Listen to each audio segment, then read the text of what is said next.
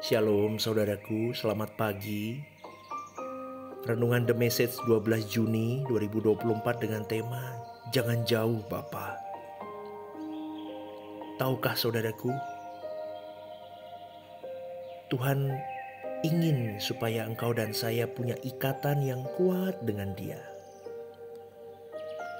Seperti orang tua jasmani kita menginginkan ada ikatan yang kuat dengan anak-anaknya, demikianlah Allah Bapa, saudaraku. Seakan-akan kita sebagai orang tua ingin selalu berada dekat dengan anak-anak kita kemanapun kita pergi. Anak-anak kita bersama dengan kita. Betul gak saudaraku? Ingin kita letakkan di hati kita yang paling dekat, yang terdalam. Kita peluk anak-anak kita. Seperti itulah kasih Bapa sebetulnya saudaraku. Ya, tentu orang tua mengingini agar anak-anak juga menempatkan orang tuanya di dalam hatinya. Dan seakan-akan orang tua selalu di depan matanya. Sampai bisa berkata begini, anak-anak berkata kepada orang tuanya, "Pa, Ma, jangan jauh dariku ya." Dan kita sebagai orang tua bisa berkata, "Anak-anakku, jangan jauh daripadaku." Betapa indahnya saudaraku.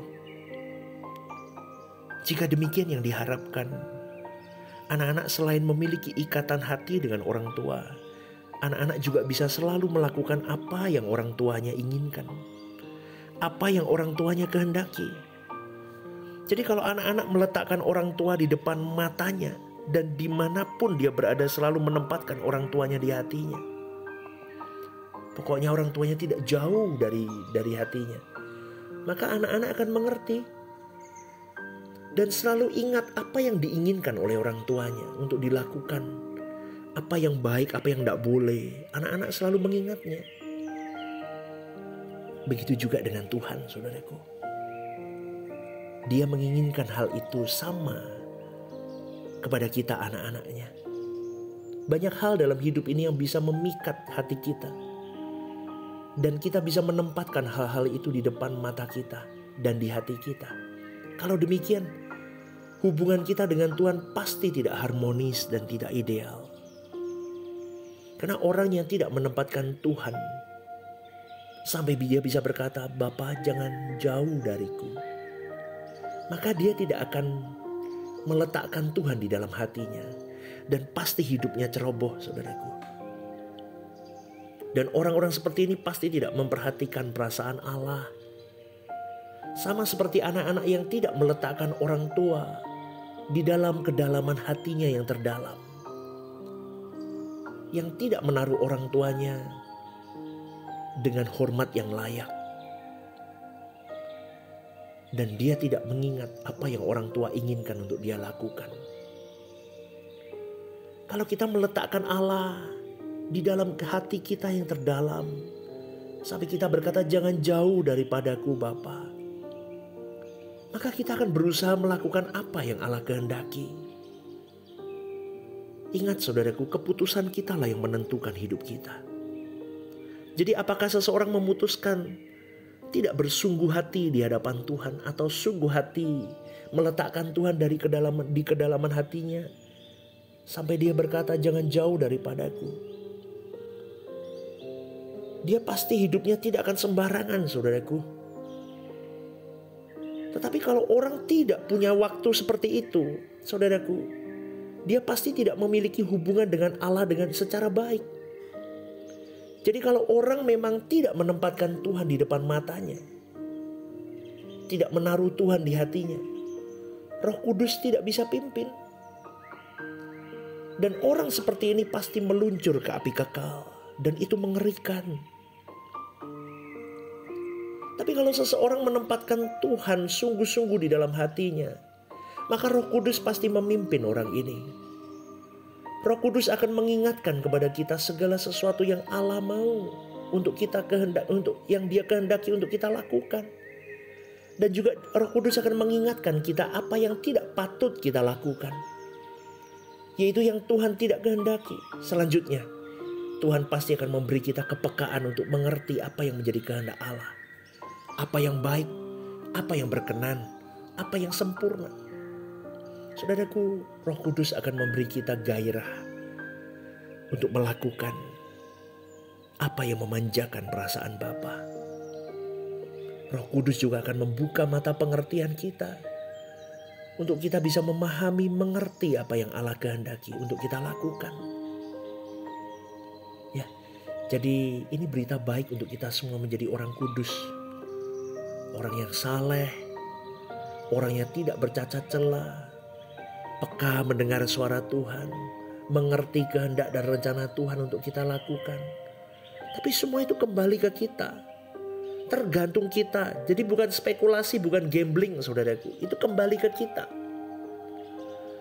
Itu adalah kepastian dan tergantung dari tekad dan usaha kita setiap hari. Apakah dalam hari-hari hidup kita sungguh-sungguh mau menempatkan Tuhan di kedalaman hati kita, dan kita selalu berkata, jangan jauh daripadaku ya Bapa. Kita yang harus memetakan hidup kita sendiri. Kita yang harus memilih apakah mau mengarahkan hidup ini kepada Tuhan atau kepada dunia. Mau menuju kerajaan surga atau api neraka. Kalau seseorang tidak waspada, tidak berjaga-jaga, pokoknya hidup ngalir aja deh. Gak apa-apa, gak usah mikir yang macam-macam. Nanti mati ya urusan nanti, setelah mati lah. Banyak orang begitu loh saudaraku. Maka orang-orang begitu pasti meluncur kepada kegelapan abadi saudaraku. Karena untuk menuju kepada kegelapan abadi itu mudah. Bahkan bisa otomatis. Dunia akan mengarahkan orang menuju kepada kegelapan abadi. Tapi kalau kita mau mengarahkan hidup kepada Tuhan dan kerajaannya, maka kita harus melakukannya dengan sadar dan sengaja. Kita harus memetakan waktu hidup kita untuk sungguh-sungguh, adakah hidupku 24 jam 7 hari sudah aku gunakan untuk kepentingan Tuhan atau tidak? Berapa banyak waktu yang kugunakan untuk aku bersekutu dengan Allahku? Berapa banyak waktu yang kugunakan untuk berjuang mengisi pikiranku dengan firman? Berapa banyak waktu yang kugunakan untuk aku duduk diam kaki Tuhan? Berapa banyak waktu aku berjuang untuk struggling mengalahkan dosa-dosaku? Berapa banyak jam waktu yang kau gunakan untuk kau bertarung dengan semua ikatan-ikatan dalam dirimu? Berapa jam yang kau berikan dalam waktu hidupmu untuk engkau bercermin kepada Kristus itu sendiri? Bagian mana yang masih terus harus aku perbaiki di dalam karakter jiwaku? Maka jadi saudaraku, jangan dengar apa yang tidak patut didengar. Hari ini mungkin kau digosipkan dengan banyak berita tentang dirimu yang salah. Orang membicarakan dirimu dengan versi lain. Kau disudutkan, kau dirusak harga dirimu. Percayalah, kalau kau meletakkan Tuhan jangan jauh daripadaku, kau hidup benar. Kau layak dibela Tuhan. Diam saudaraku. Tidak perlu bicara kalau memang tidak dibutuhkan untuk bicara. Tidak perlu ada pembelaan keluar dari mulutmu. Tuhan yang akan bela dirimu. Kalau hari ini pun kau terlihat kalah dan hancur karena orang-orang itu menginjak dirimu, masih ada pengadilan Tuhan yang tidak bisa disuap dan tidak bisa dibuat-buat. Beranilah berkata, tunggu di pengadilan Tuhan. Semua akan dibuka. Apakah aku memang versi yang dibicarakan orang atau memang versiku ini takut akan Tuhan? Ini cara kita membangun kekudusan dan kesucian yang benar, yang Tuhan mau dalam hidup kita. Jadi saudaraku, jangan salahkan Tuhan. Jangan salahkan siapa-siapa. Karena kita tidak akan pernah bisa menyalahkan Tuhan dan menyalahkan siapa-siapa. Ketika kita ditolak suatu hari nanti di hadapan Allah, kitalah yang menentukan nasib dan takdir kita sendiri. Kitalah yang harus memetakan hidup kekal kita di tengah segala persoalan hidup, pergumulan hidup kita. Ayo saudaraku, arahkan hati kita, arahkan mata kita hanya kepada Tuhan dan kerajaannya. Beranilah kau berkata, Tuhan, jangan jauh daripadaku. Jangan jauh daripadaku Bapa. Aku mengasihimu. Aku membutuhkanmu. Kau segalanya dalam hidupku. Kalau kau berani, saudaraku, berani katakan itu. Every minute kau berani katakan itu. Sungguh kau lakukan dalam jiwamu, dalam hidupmu. Jangan ada yang kau takutkan dalam hidup ini. Berjuang bareng yuk saudaraku. Meskipun tertatih ya, berat ya. Belajar ampuni orang yang menyakitimu. Belajar tidak punya karakter-karakter yang buruk lagi. Belajar tinggalkan percintaan dunia. Jangan egois. Mulai pikirkan proyek Tuhan. Untuk kesenangan Tuhan saja. Selamat pagi saudaraku. Tuhan memberkatimu. God bless you.